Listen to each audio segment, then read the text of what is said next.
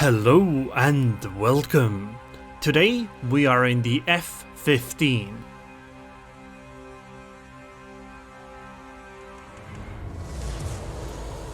Let us crush the pathetic Autobots!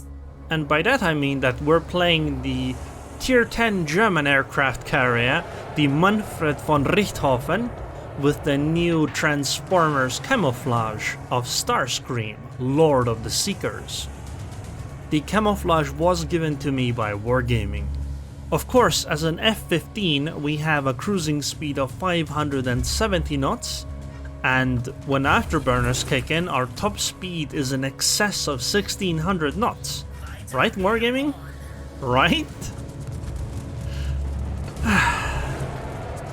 Wargaming, you have shortchanged me by 1400 knots of top speed. This is unacceptable. No, but this is a really cool camo, I really like it. My only complaint is that when I use the boost ability, there is no afterburner effect, even a subtle one. That would have been a really cool addition. Also, these are the captain skills and upgrades that I'm using. I don't know if I recommend them because I didn't really get the MVR to work for me when I played her recently. I suppose that's a bit of an issue itself. The camo looks really cool, but unfortunately it is on the Manfred von Richthofen and it doesn't seem to be a very popular CV these days. It just doesn't feel all that fun to play because it seems really difficult to make stuff work. And with the nerf of the rocket planes, it can be quite some trouble to make things work properly. Because these things are mostly used against just cruisers, and you can only really use them when cruisers are engaged with somebody else, which is kinda cool, but they're limited in that sense. Anyway, I'm gonna just try to find myself a target and drop her with rocket planes, even if it doesn't do all that much damage. The main thing is that it's spotting. I'm also gonna drop a fighter before I do that. I mean, we have a lot of ships over here. We have, what is this, 6 ships? We outnumber the enemy on this side. Okay, let's see if we can find the Des Moines. Oh, Hayate! Okay, let's start an attack run. Wait, Hayate's not turning. Because she isn't turning, it can't do any damage. And unfortunately, we couldn't make it to the Des Moines either. That is really unfortunate. Just a few extra seconds and we could have done the run on the Des Moines at least. I don't think we get another chance though. If Hayate had turned, I would have dropped on her. Sure, the AP rockets don't deal that much damage, but against the destroyer, even a little bit can be helpful. But she just refused to turn. Like, what is this? Destroyers actually doing counterplay against CVs? I don't believe it. Must have been an accident. Anyway, time to dump some planes, and then I guess I'm gonna strike the Kremlin. Kremlin has a giant superstructure, and maybe we can do some damage to that. Striking the Des Moines means flying through the anti-air of the Yamato, and obviously some of the Des Moines anti-air and the Kremlin's anti-air at the same time, whereas only striking the Kremlin is mostly Kremlin's AA. Oh, oh my god, what was that? Oh boy, that was a really bad drop. Okay. So, not only are the AP rocket planes difficult to use, they also aren't very effective when you can use them. Or the other way around, it doesn't really matter. But AP dive bombers are easier to use and they should be really effective against the Kremlin. Oh, she's gonna eat those torpedoes. Half HP gone, just like that.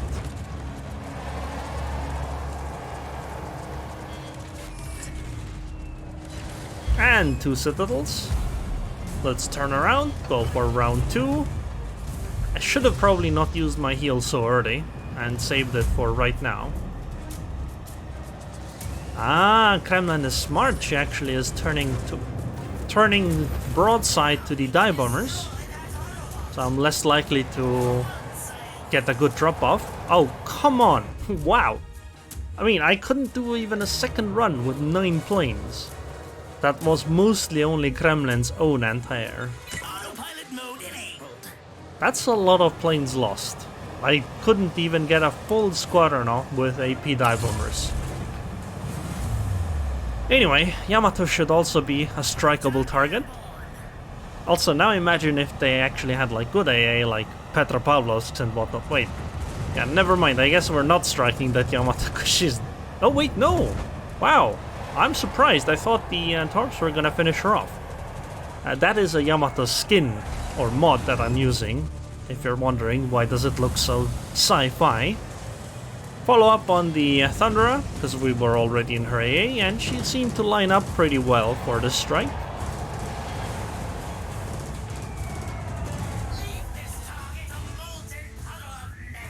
Wow, that was a pretty lucky drop actually on the Thunderer.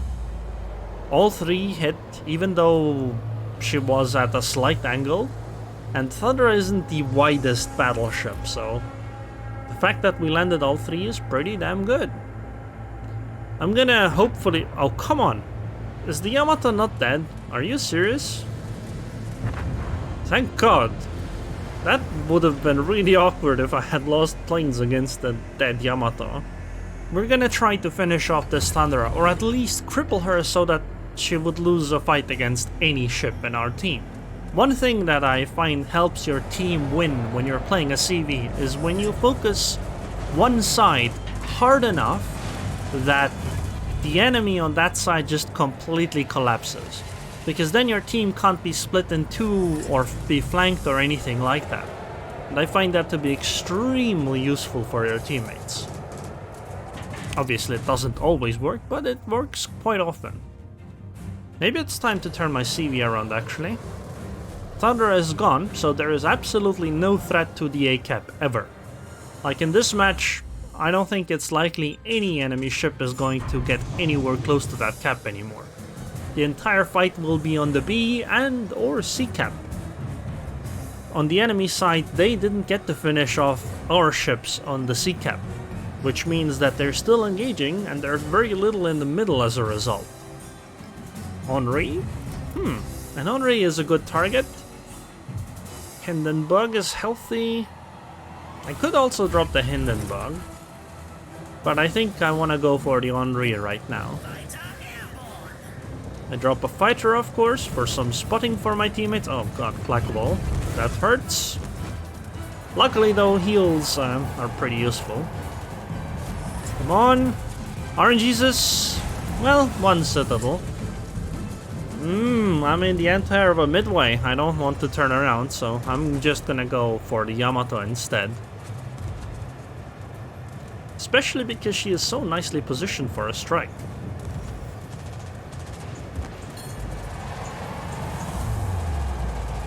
That wasn't very well positioned, but hey, we still got Citadel hit, and that was probably good enough. So, time to go do a torpedo bomber follow-up. So I like cycling different types of planes just because this means that they're all going to have some reserves missing, so I'm not losing time on regeneration. So if I only use torpedo bombers, then switch to dive bombers once torp bombers have run out, I'm probably gonna run out of planes at some point because all three won't be regenning at the same time. Wait. Oh. I mean, Hindenburg's broadside. That's a good target, right? It's a cruiser, so it doesn't have an amazing torp belt like other ships. And she's in a bit of an annoying position, although I think I'm gonna miss some of those torps. I suppose it wasn't necessary. But that last torpedo actually did miss the ship. That was a bit awkward. Anyway, let's go find an... Can I settle an Henri with the AP rockets? I don't actually know. Maybe we can ward off the... Oh! Wow. I didn't expect the destroyer to be there. At all. I just accidentally spotted her. I just wanted to go strike the Henri. Now I have to reposition though. I need a better angle of attack. We can ignore that, I think. I said we can probably ignore that. So the Henri is going to fight the Worcester, I guess, and she's definitely gonna angle against the Yamato, so I should be able to get the broadside of her. There's no way that she's gonna turn into my AP rockets. Okay, this was finally aimed properly, and we even got a settle in return. It could have been aimed better though. Okay, can I do a strike over this island, or is the island going to screw over the strike completely? Because I remember that distinct problem with AP rockets. You can't do a strike over this, can we? Nope, we cannot. Well, that's annoying. Another strike against why people probably don't play the MVR as much. Anyway, we're gonna go strike the Yamato instead. That's a much nicer turret. Is that Yamato gonna die before I even get there? Yeah, she's gonna die before I even get there. Actually, I guess she's healing, so maybe the strike is worthwhile. Because she's probably gonna heal up to like 10k plus. So if we just finish her off, cut her off before she gets to heal fully, maybe that'll be helpful. Goodbye. There can be no doubts that torpedo support! We can ignore the torpedoes, okay? Hello, Nevsky.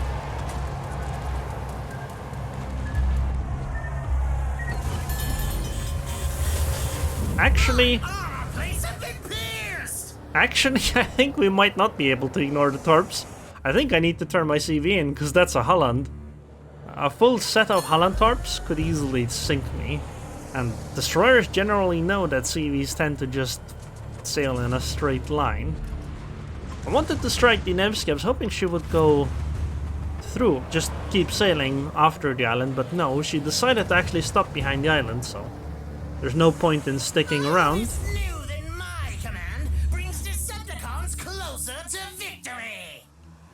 Well, Holland is a bit of a problem target for any CV, but right now I'm just trying to spot her for my teammates to finish her off. Luckily my AP rockets do not have to put in all the work on finishing a Holland.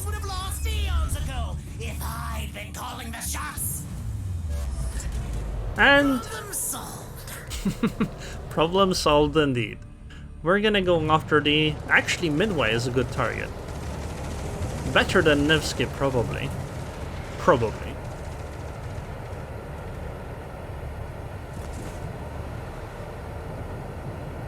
Yeah, CV is a good target here.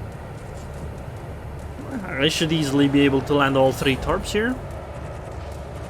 Oh, come on! Seriously, guys? Seriously? I do so much for you guys and you don't even throw me a bone. What is this? And I'm probably not even gonna make it to the Nevsky before she dies. Yeah! Stupid Montana. Stealing all the kills. They were all supposed to be my kills, okay? Mine.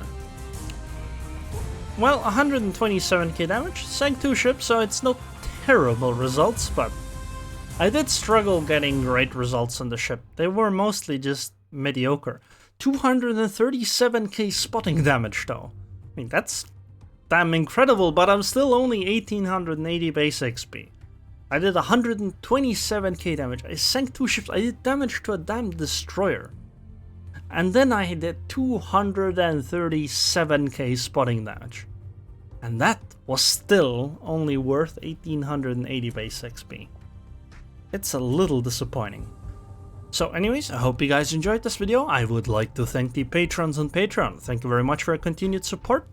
And I hope I'll see you guys next time.